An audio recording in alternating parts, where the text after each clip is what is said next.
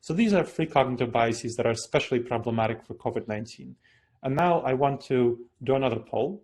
So if you take a look at your polling options, I want to ask which of these dangerous judgment errors might be the biggest challenge for your organization.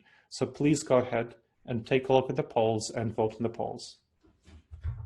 Which of them might be the biggest danger for your organization?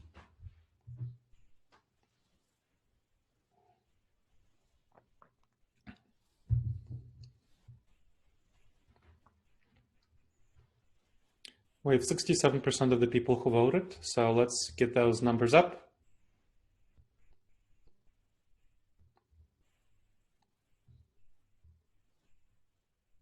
We have 85% of the people voting, so give people around 5 more seconds.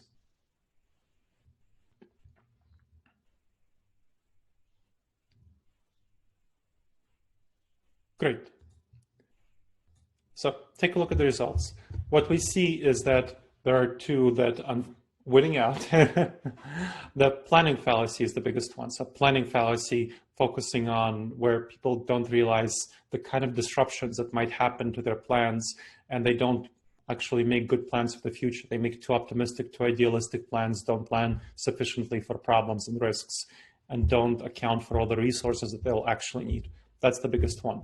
Close behind that is the normalcy bias, underestimating large major disruptors like COVID-19. Of course, the problem with COVID-19 is that it makes other major disruptors, unusual things worse. You've probably seen in the headlines about the floods in Michigan, for once in a 500-year situation flood, right? Unfortunately, climate change is making those much more frequent, so you'll see that previous floods and hurricanes and so on that are called once in a century are happening every several years, even more frequently. And that combines pretty poorly with an ongoing disaster, ongoing catastrophe like COVID-19, because right now in Michigan, they're having trouble getting people into shelters. They're trying to figure out how do you get people into shelters without having them inviting someone who has COVID-19, getting everybody in the shelter sick. So these things exacerbate each other. We have more challenges with normalcy bias than we would be at other times if we don't have COVID-19.